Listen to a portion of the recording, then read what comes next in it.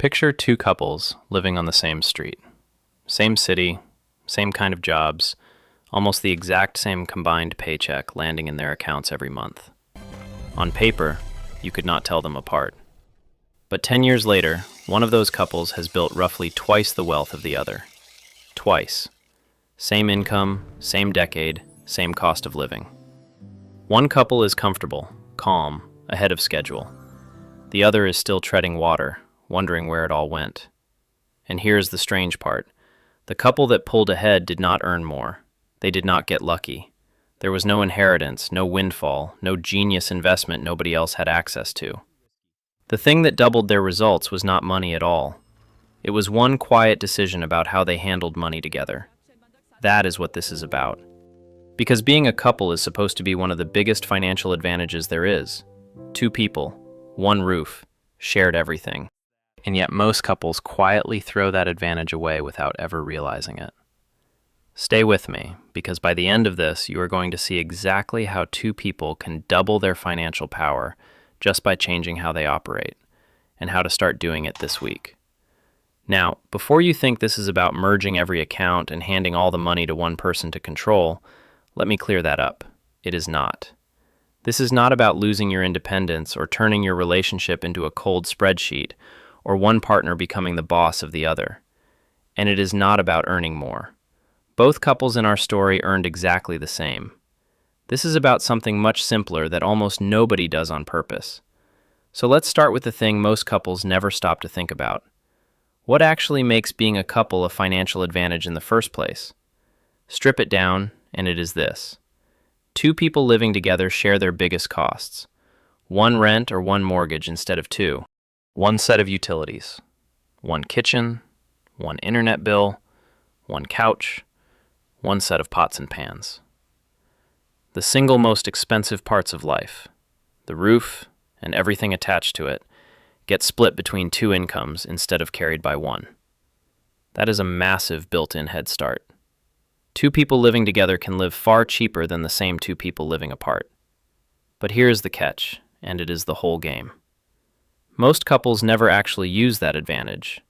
They share an address, but they run two completely separate financial lives under that one roof. Two sets of habits. Two sets of goals that quietly pull in different directions. Two people each spending as if the other one is going to handle the saving. They have the head start and they leave it sitting on the table. The couple that pulled ahead did something different. Let me show you exactly what. The first thing they did is they decided where they were going together. One shared picture of the future. Not his goals and her goals running on separate tracks, but one destination they both actually agreed on. When two people are aiming at the same thing, every dollar gets pulled in the same direction, instead of half of them canceling each other out. The second thing is they split the work by strength, not by ego. One of them was naturally better with the day-to-day numbers, so that person ran the system. The other was better at the big picture planning, so they owned that. Nobody was the boss. They just stopped both doing the same job badly and started each doing the job they were good at. The third thing is they actually used those shared costs on purpose. Instead of two people vaguely paying for overlapping things, they sat down and stripped out the duplicates. Two streaming accounts became one. Two half-used memberships became none. They bought the household stuff together and in bulk. They treated their shared life like the cost-saving machine it was always meant to be. The fourth thing is they built one automatic savings engine. The moment money came in, an agreed amount moved into their shared goals before either of them could spend it. They did not rely on willpower, and they did not rely on whatever happened to be left over at the end of the month. Because we both know nothing is ever left over. They paid the future first, together, automatically. Now here is why all of this actually works. Because there are really three forces underneath it. The first force is economies of scale. Two people sharing a life simply costs less per person than two people living separately. The rent is split, the bills are split, the big purchases get used by both. When a couple leans into that on purpose, they free up an enormous amount of money that a single person living alone could never touch. That is the structural advantage, and it is real. The second force is direction. A couple pulling toward the same goal is not just twice as strong as one person. They are far more than that, because they have stopped wasting energy fighting each other. Most couples who struggle financially are not bad with money. They are just quietly rowing in opposite directions, one saving while the other spends, each undoing the other's work. Point that same energy one way, and the results compound fast. The third force is having a teammate. Two people means two sets of eyes on the plan, two brains spotting problems, and someone right there to keep you honest when you want to drift. A solo saver only has their own willpower.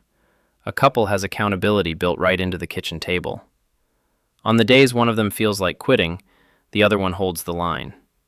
And here is what that quietly adds up to in real money, so it stops feeling like theory.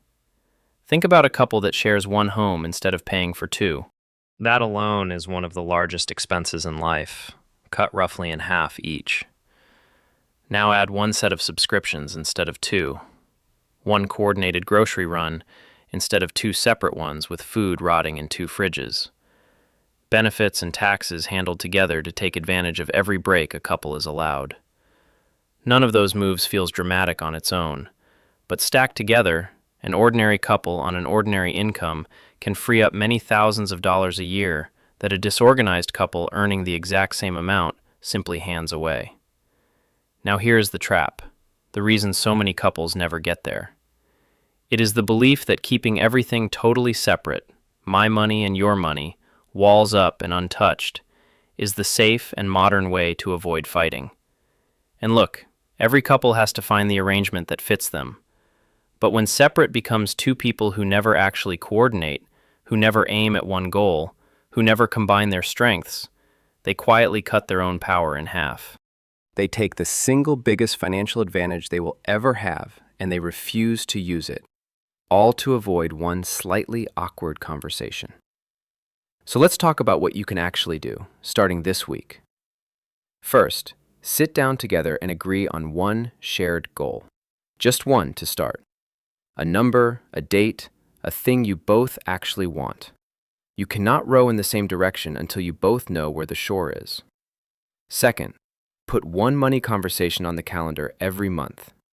Not a fight, not an ambush, just a short, regular check-in where you both look at the same picture together.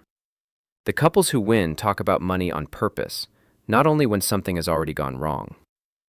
Third, divide the money jobs by strength. Let the one who is better with details run the day-to-day. Let the one who is better with the big picture own the planning.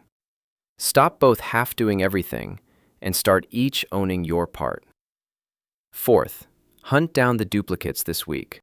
The overlapping subscriptions, the doubled-up memberships, the two of everything you only need one of. Cut them today. It is the fastest money a couple can find, and it is just sitting there. Fifth, automate one shared savings stream. Pick the amount, set it to move the day the money arrives, and send it toward that one goal you agreed on. Take willpower out of it completely and let the system carry you both. Let me leave you with the thing underneath all of it. Those two couples on the same street did not end up in two different worlds because of income. They ended up there because of teamwork. The strongest financial force a couple will ever have is not how much the two of you bring in. It is whether the two of you are pulling in the same direction. Income makes a couple comfortable, but two people rowing the same way, sharing the load, covering each other on the hard days, that is what actually builds wealth. You can be two people who happen to share an address and quietly cancel each other out. Or you can be a team. Same income, completely different life. The only question is which one you choose to be.